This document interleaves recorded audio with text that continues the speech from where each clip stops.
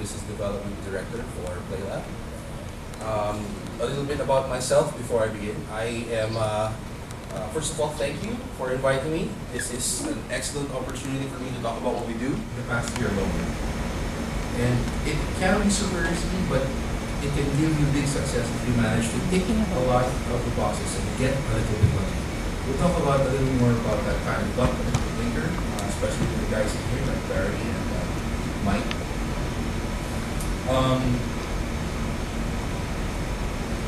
Charles Cox, who is the CEO of agency, that's how you pronounce it. Can you guys see the presentation slides properly?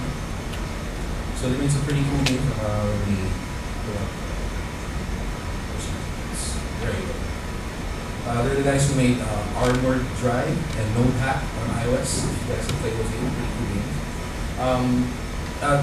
They come from the old school of game development, and they actually said that for guys like us who are used to, buy a game, play a game, and enjoy the game, you don't even want to talk about things like user acquisition or monetization. Those are like dirty words. And I kind of agree, because more often than not, it takes the fun out of playing a game, right? Yes. Yes. But if you do not think that way, you are already dead before you begin. That's what he said. You're swimming with people that have already got this thing down to a science. My good friend Keith, he's the publishing director for Altitude Games, the guys who made Run Run Super V and Angaling. You guys have seen that. He actually wrote in their blog the difference between self-publishing, or going out on your own, and going with a publisher. Just some of the highlights of his talk said that if you go self-publishing, revenue is all yours. Well, of course, you have to toss in a little bit to share to the platform that you're using, whether it's Steam, Apple Store, or Google Play. But if you're with a publisher, of course, there's a revenue share attached to that. It really depends on your deal with the publisher. If you only self-publish, you shoulder a lot of the marketing risk, especially if you're not familiar with how to market or acquire users. That is going to be really tough. A publisher already has those things, like what we talked about earlier. They have it down to a science, user acquisition and marketing. They have the experience and the know-how. And of course, they have the money to do it for you. And when you're self-publishing, more often than not, you also have access to your own data and analytics, which is cool. You can actually see how your game is doing, and if you understand it, you can actually figure out how to optimize or tweak your game. And sometimes, or more often than not, if you go with a publisher, a lot of the data that they have on their platform or their site, they don't share with you. They just share with you some of the stuff that's related to your game, but you don't see the whole picture, the bigger picture. So these are some of the tips that he gave. Oh my, jump. There we go. So some of the things that he mentioned, I won't go through them one by one, but it's really helpful if you look for it. It's on their blog. But really the key thing, the key takeaway there is you have to really do your research and understand what you're getting into, especially if you're going to do self-publishing. I just threw this in on the last minute. What's going on? You guys can hear me okay? Hello. Yeah. Is that the line? Okay. Right. These are just some examples of indie devs who made it big recently. For example, Tyson Ibel. Did I pronounce his name right? I have no idea. His most recent game is The Quest Keeper, really cool game. He said that if you look at the App Store, you see there are a ton of games that get featured almost purely because they've come up with a unique gameplay component or an extremely minimalist design. You guys have noticed that, right? Recently, the App Store will feature some really nice looking games, or really minimalistic looking games, but the gameplay is just, the core is just really fun. So his advice was, look at the weekly features, take what you see there, and distill it down to the building blocks of what a successful game is. So do your research, look at the games that are doing well, look at the top 10, see what makes them tick, see what makes people play them, download them, and so on and so forth. And then you have an idea of what makes a game fun. The other guy who did pretty well is a company called Mediocre, AB. They have a game called Smash Hit, which is really cool and does not commit. The one up there. his advice was something like this: a concept that can be instantly understood by anyone is really important, and it should be easy to comprehend. The UI shouldn't be very complicated. When you see the user interface, the user doesn't get lost. They know exactly what they want to do, what they have to do, what they have to touch, what they have to swipe, and so on. And there should be a consistency between gameplay and UI style. It shouldn't throw off the user when you're playing a game. Like a stray button over here on the upper right doesn't make sense because everything is happening over here in the lower left. Things like that, right? And of course, some level of innovation really does the trick. I mean, just talking about Barry's game is really excellent because you flip the table on the usual. You're playing the hero, trying to finish the game. Here, you're actually trying to prevent the hero from completing his task. That's the kind of thinking that you should be putting into your game. And of course, the app icon. He said that it's a tiny piece of art. It's often the make or break, or the difference between success and failure. If your app doesn't, the icon itself on the store doesn't do anything, it doesn't attract anybody. So you should put a lot of thought into that.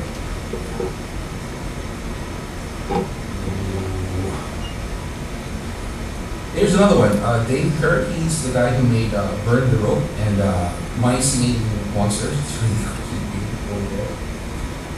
if you're already in free to play, people will take about 3 seconds, and if they don't understand what's going on, they'll quit. Right? They download your game, replay it, and if they don't understand it, chances are they won't come back and play it. So that's where retention is important. Getting them hooked on your core gameplay. It's easy to understand.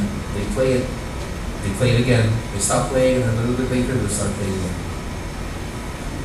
So that he said that's very important. How are people going to talk about this game? So some of his tips again, you should again do the research, look at the trends, see what's picking up, see what's doing well, what kind of games.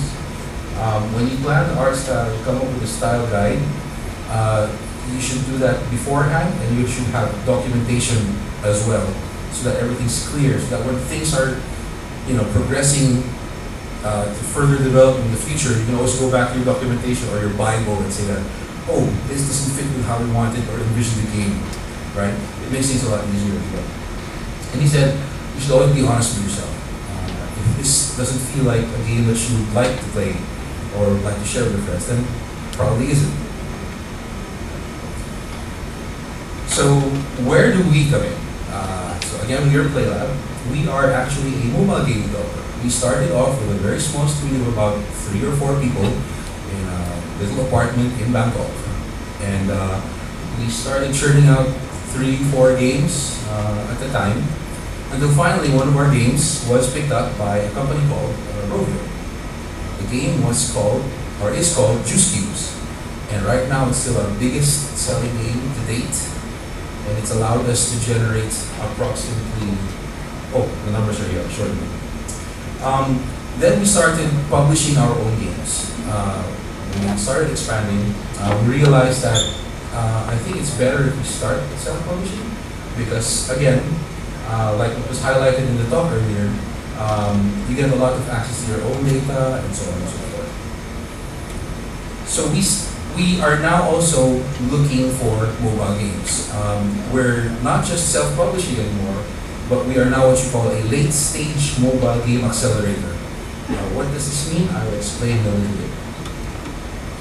So because of the success of Juice Cubes, we managed to gross about $11 million in 2014. That's approximately 25 billion downloads in total of all of our games. And now our studio is about 100 plus people. We have about 70 people of different nationalities in our Bangkok office. And we also acquired Anino Games here in the Philippines, now called Anino PlayLab. So that's a 30-man studio in Makati. And we also have a small office in Singapore and Hong Kong. So like I mentioned earlier, these are our games. Juice Cubes is our biggest title over there on the upper left. And as you can see, we try to retain the cubes theme, the thematic, throughout all of our games. It worked. It's pretty cool. A lot of people recognize the IP.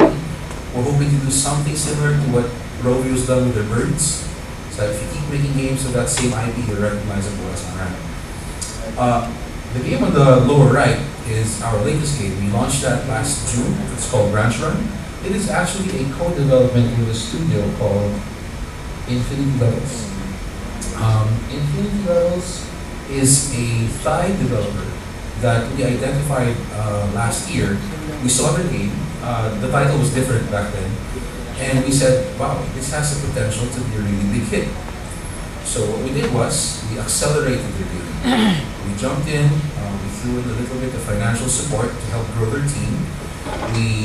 We actually brought them onto our studio, and they had the same resources that we had in our internal teams.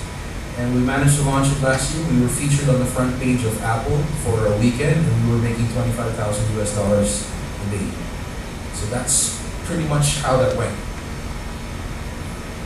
Our office in Bangkok is also what we call the play space. It's pretty big. It's about this size, and we use it to host events for different industry-related activities. And just to name a few: Unity, Google, Facebook. So really, what's our plan? First, that's why I'm here. I'm looking for great games in Southeast Asia to help bring them to a more global market. I mean, let's face it, guys. Majority of our revenue still come from the US. So primarily, we want to launch our games for a global English market, North America in particular, because that's where the money is. But the next step is to localize these games for Southeast Asia, because Southeast Asia is a sleeping giant. There's still a huge number of people who aren't really paying for games. We are actually potentially bigger than the rest of Japan or Korea in terms of numbers and revenues. So why Southeast Asia? So according to Mark Einstein, he's the head of Japan ICT research. They put this study together. You can search it also on Google. In 2014, we already surpassed the $1 billion mark in terms of mobile game revenue. And it's going to keep growing by around 48% year on year until it breaks past 7 billion in 2019. That's how big a mobile gaming market Southeast Asia is. And the region is home to over 600 million potential gamers. That's a lot of gamers. And of course, economies are growing and disposable income is rising.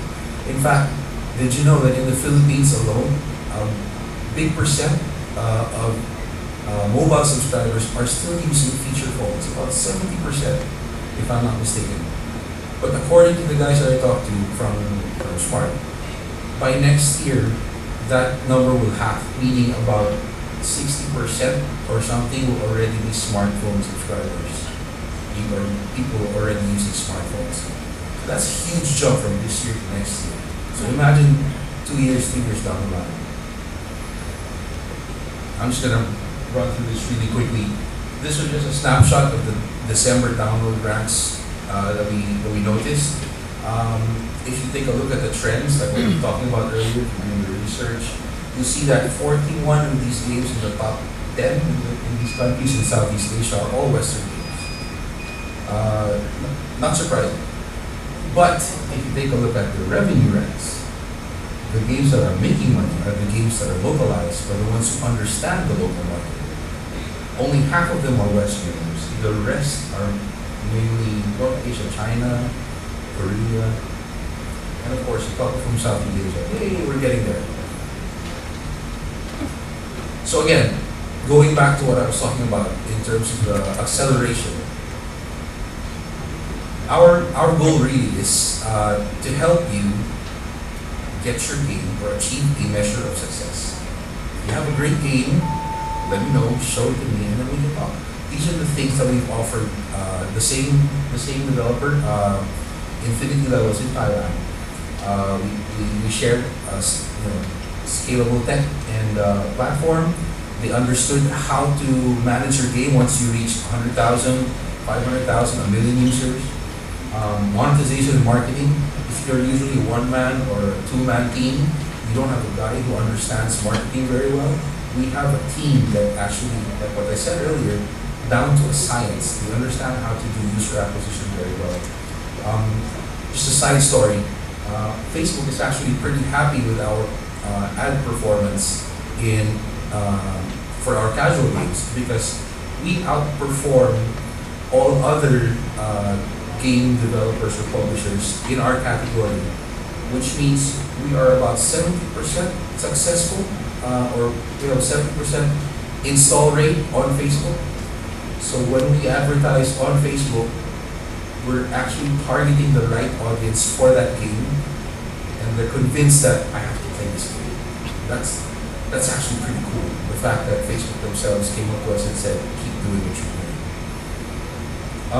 The other things that we offer are business intelligence. A lot of the people who started doing mobile games don't really understand the metrics that go behind it. What is retention? What's DAU, ARPU, and so on and so forth.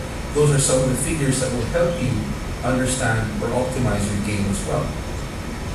And of course, we have a whole slew of product services in our back office. We have a whole QA team of about 10 people.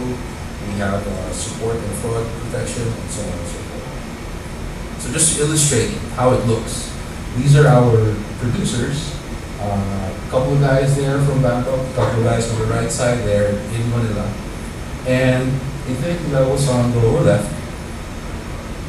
they have access to all of these things in the big circle in the middle. So those are all the shared sources we have in our office. The plan is, whenever we bring in another studio to accelerate their game, we do the same thing. We treat you like one of our teams. You have access to all these tools and resources, to help bring your game to the next level. Just to give you an idea of what we are actually looking for right now, take a look at this graph here. You notice the games on the left are traditionally games with a higher number of users, and as you move down the spectrum, the number of users tend to decrease, but their ARPU, or the revenue per user, starts to decrease. So our games are actually on this slide in the middle. Our casual games, similar to Candy Crush, they're over there in the middle. And Ranch Run is a little bit more mid-core because it's a simulation racing game. Think Clash of Clans with pet pigs. So those are the kinds of games we're actually looking for. The reason why we're not looking for more RPG or different kinds of games is because, like I mentioned earlier, we have it down to a science. So if your game is a casual match 3 or something similar, a running game, any kind of casual game that requires puzzles, one-handed play, and so on and so forth, we know how best to market these games and acquire users, and therefore achieve a really good measure of success. Right?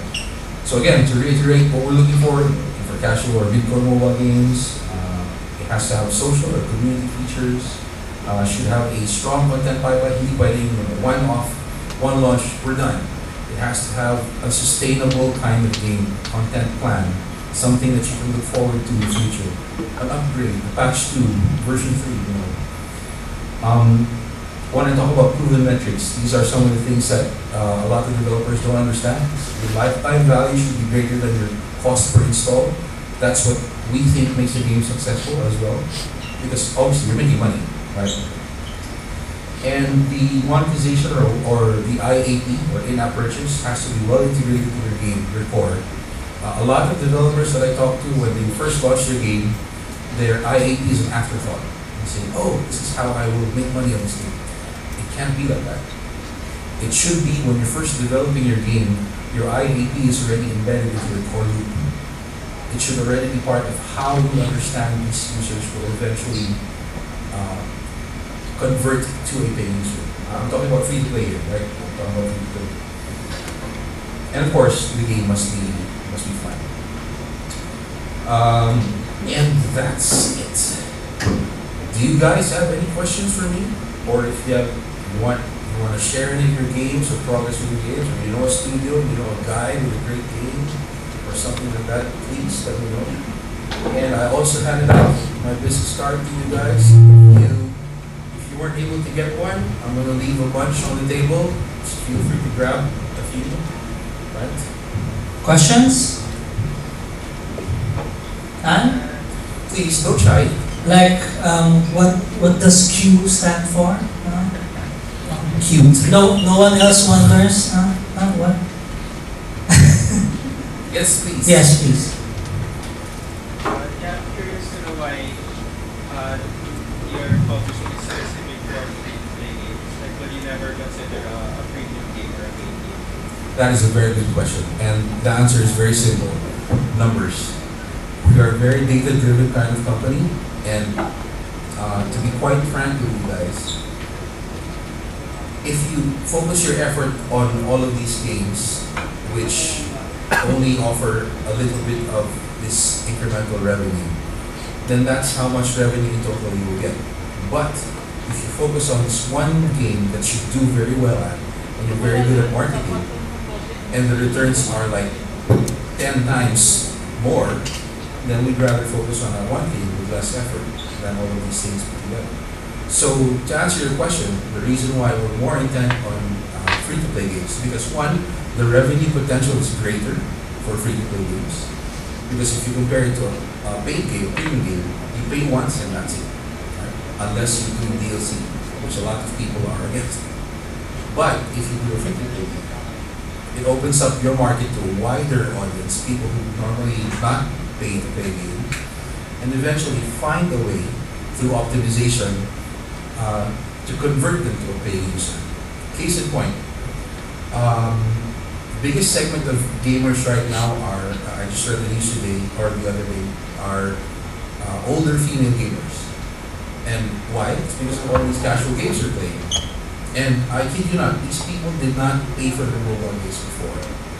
But ever since that +5 moves on Candy Crush for 99 cents, people were like, I've been stuck on this damn level for 2 weeks, and I can finish it now if I just pay 99 cents to unlock those 5 moves. You got it. So that's the kind of core mechanism that really pushes a user to convert. A lot of you may be in disagreement with that kind of thinking because it's not fun. You're cheating somebody with money, out of their money. But that's how casual games actually convert users. Did you know that Candy Crush has an optimization tool that will keep playing the level over and over again and give you the average number of moves it needs to finish it. And then when they launch that level, they will reduce the cap by about 2 moves, so that a lot of people won't be able to finish the level. It will frustrate the hell out of you. And when you're frustrated, you pay 99 cents to finish the level. It sucks, but that's the way it's been going right now. There are ways to do it where you don't have to make it frustrating, where the core loop is actually quite fun. And it makes for a more interesting component if you do actually purchase. My favorite example for that right now is I just fell victim recently to Fallout Shelter. You guys play that game? Yeah. Those guys won. Anyway, when they first launched the game on iOS, I was fortunate enough to have an iOS device at the time, and I started playing. And they said the first 40 lunch boxes were half off. I started playing, it was fun, but it was getting slow for me. And then I started getting these free lunch boxes, just to tickle my fancy. This is what you get with the free lunch box. And boom, I got a really excellent, unique character, right? And I said, wow, this is really cool. I'll try to get a few more lunch boxes and see what I can get out of it. And then after that, that's what I said. Buy the 14th lunchbox.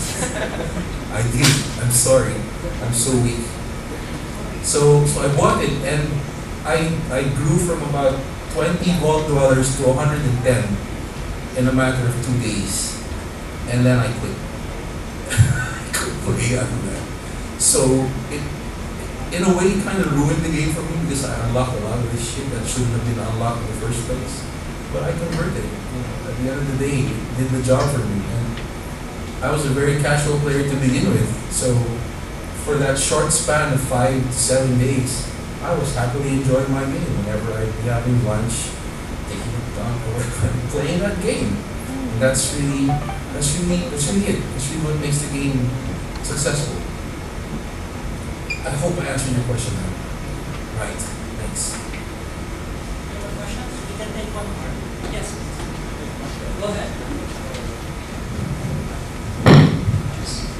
Hi, you said that you do events in Bangkok in your office. What about Manila? Unfortunately, our Manila office is a little bit smaller, so it's not nearly as wide as this. But as you know, we managed to jump on board and help sponsor this event. So even if we don't have a venue, yes, we will be more than happy to jump in and help out any way we can. But unfortunately, nobody knows.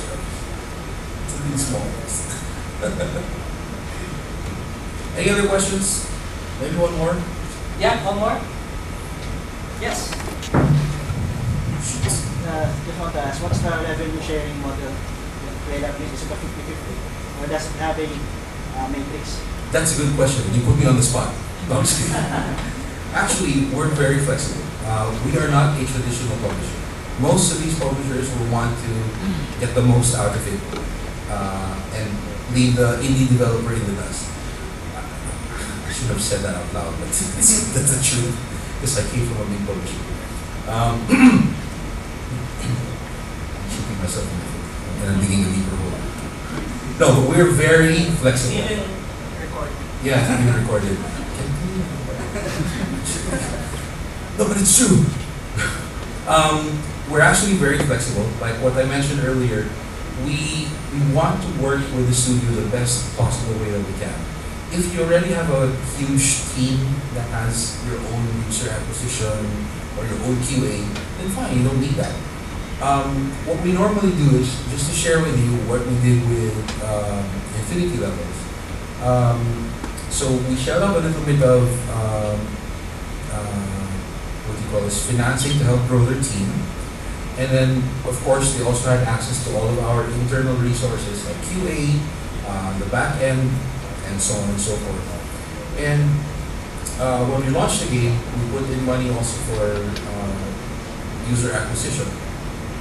So what happened was, after we launched the game, our agreement with them was, in the start, the revenue share will be bigger in our favor until we recoup our cost. And then when we already gotten back our investment, let's do 50-50, make it simple. So that's also the kind of deal terms that we're offering a lot of the studios. Some studios in different parts of the world prefer something else. Like if you went to China, for example, the Chinese developers, they want money up front. For the Koreans, they want an MG or a minimum guarantee. Like how much will you be giving me every month just to make sure that I can sustain your game. For Western companies, normally what they ask for is a marketing guarantee.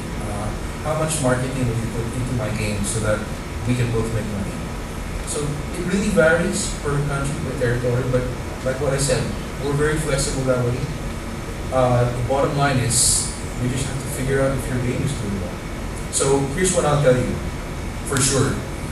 If you do come up to me and say, I have this game, what we do is we review it, and then if it does have the retention that we're looking at, or already the number of downloads or something like that, numbers that convince us that, hey, this is going to be big, the next step that we do is we will actually throw in user acquisition money for your game for about a week or 2 weeks, just to get your cohort size. Cohort size is how many downloads you get a day, installs you get a day, to about 200 to 300 people.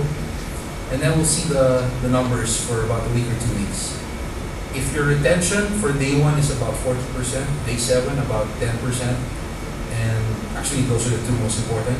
If you're hitting that for about a week, then you have a very successful game, a potentially revenue generating game.